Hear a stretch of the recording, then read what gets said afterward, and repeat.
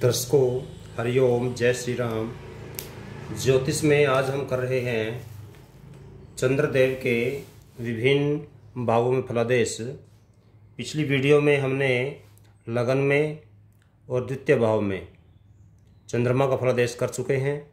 जिन्होंने पिछली वीडियो नहीं देखी वो एक बार ज़रूर देख लें। आज हम करेंगे चंद्रदेव का सहज भाव में। सहज भाव मतलब तीसरे घर में फलादेश। यहाँ जो संख्या लिखी होती है कुंडली के अंदर वो हमेशा घर का नंबर नहीं बल्कि राशियों की संख्या लिखी होती है। तो ये मैंने जो 3 लिखा है वो घर का नंबर लिखा है, राशि वहाँ पर कोई भी हो सकती है।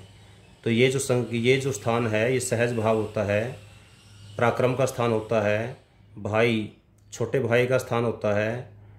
तो इस प्रकार से आपने इससे कई चीज़ें देखनी होती हैं। और चंद्रमा का यहाँ होना, यदि हम एक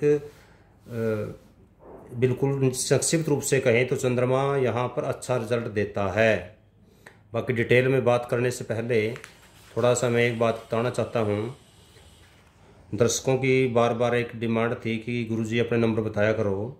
मैं पंडित महावीर भारद्वाज, मोबाइल नंबर 7027000138। मिलने का जो समय रहता है घर पे शाम के 4 बजे से शाम के 7 बजे तक, शाम को, सुबह नहीं, कुरुक्षेत्र हरियाणा में। और क्योंकि आजकल कोरोना काल चला हुआ है इसलिए ज़्यादातर घर बैठे काम करता हूँ मैं भी, और आप भी कोशिश करना घर बैठे ही करवाएं। तो घर बैठे कुंडली दिखवाने के लिए इसी नंबर पर अपन date of birth, time, place और क्वेश्चन, जो भी आपका क्वेश्चन है वो इसी नंबर पर व्हाट्सएप कर दें तो आगे की प्रक्रिया शुरू हो जाएगी। धन्यवाद। अब करता हूँ आज के जो हमारा कार्यक्रम है उसकी शुरुआत चंद्रदेव का तीसरे घर में फलादेश। संक्षिप्त रूप में तो मैंने आपको बता ही दिया कि चंद्रदेव इस घर में अच्छे माने जाते हैं।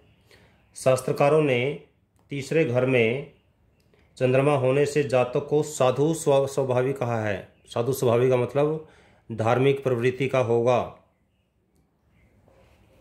और ऐसा जातक, ऐसा शास्त्रकार कहते हैं कि सुंदर स्त्रियों पर भी मोहित नहीं होता, और अपने जो प्रयत्नों के द्वारा ही ऐसा जातक अपने प्रयत्नों के द्वारा ऊपर उठता है, उन्नति करता है, तरक्की करता है।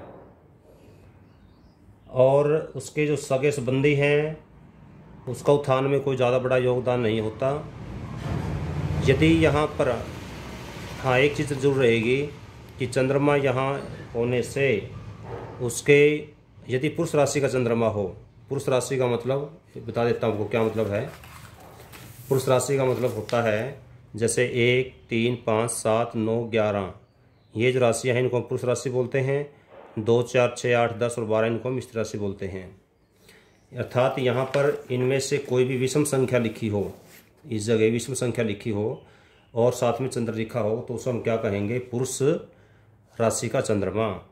तो यदि पुरुष राशि का चंद्रमा होगा तो भाइयों से कम बनेगी, परंतु उसके बावजूद भी वो तरक्की करेगा। हालांकि भाई उसका सहयोग नहीं करेंगे पर उसके बावजूद भी वो तरक्की करता रहेगा। यहाँ पर तीसरे भाव का जो चंद्रमा है वो जातक को एक तरह से प्रवासी प्रवृत्ति का बनाता है। ज़्यादा किसी में मोह माया के लालच में कम रहता है, तरक्की जरूर करता है पर उसका एक तरह से प्रवासी प्रवृत्ति का रहेगा। और शास्त्रीय मर्यादाओं में रहकर गूढ़ गहन विषयों का अध्ययन भी करता है। गूढ़ गहन विषय, अकड़ साइंस, उनकी इसमें रुचि होती है। और ये सहज भाव है, पराक्रम भाव है। तो चंद्रमा क्योंकि परिवर्तन का कारक है तो इसी वजह से उसके पराक्रम में भी कई बार कमी या तेजी आएगी। कई बार तो किसी काम करने का जोश बड़ा हाई होगा, कई बार जोश कम होगा। ऐसा जातक अपने जो व्यापार है उसको बड़ी जल्दी बदल देता है। एक बार जोश आएगा कोई काम करने का, कुछ टाइम बाद वो ठंडा हो जाएगा। फिर कोई नया काम करने का जोश होगा, ये नहीं ये काम करता हूँ, तो फिर कुछ टाइम बाद हो सकता है 1-2 साल बाद उसको बदल दे। तो जिनका चंद्रमा यहाँ होता है वो तरक्की अच्छी करते हैं, साधु स्वभावी होते हैं, और मतलब अपनी मर्यादा के, नैतिकता के पक्के भी होते हैं।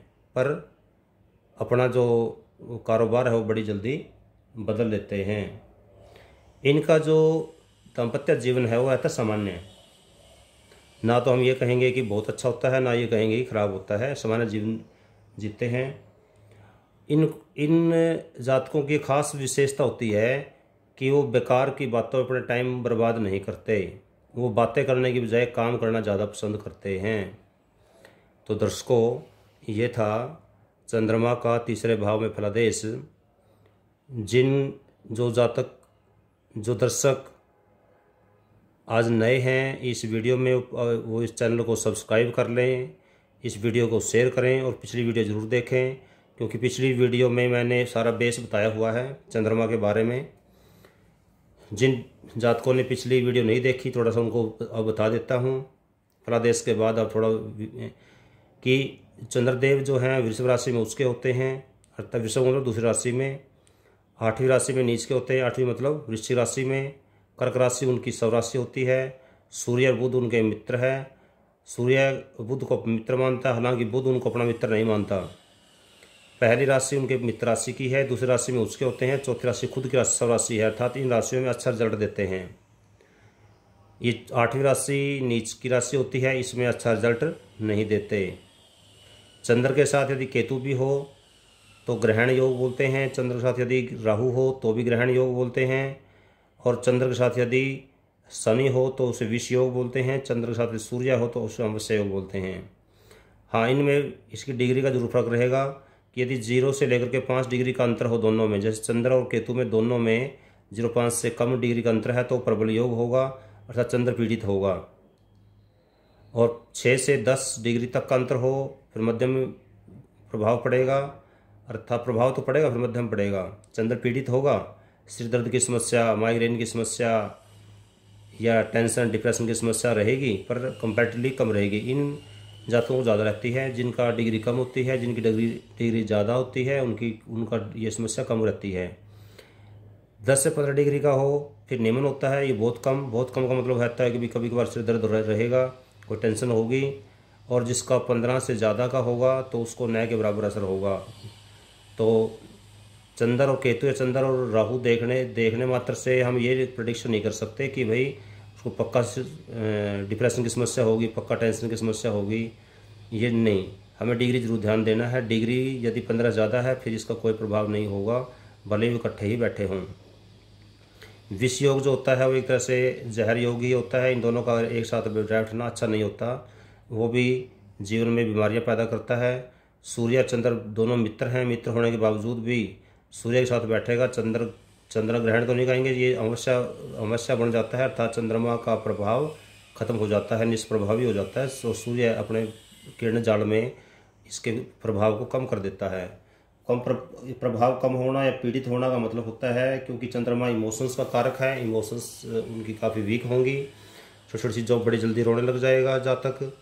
आपने कई बार देखा होगा कुछ लोग टीवी देखते देखते रोने लग जाते हैं, कोई ऐसा इमोशनल सीन आता है तो केवल वही होते हैं जिनकी इमोशंस वीक होते हैं, था जिनका चंद्रमा वीक होता है।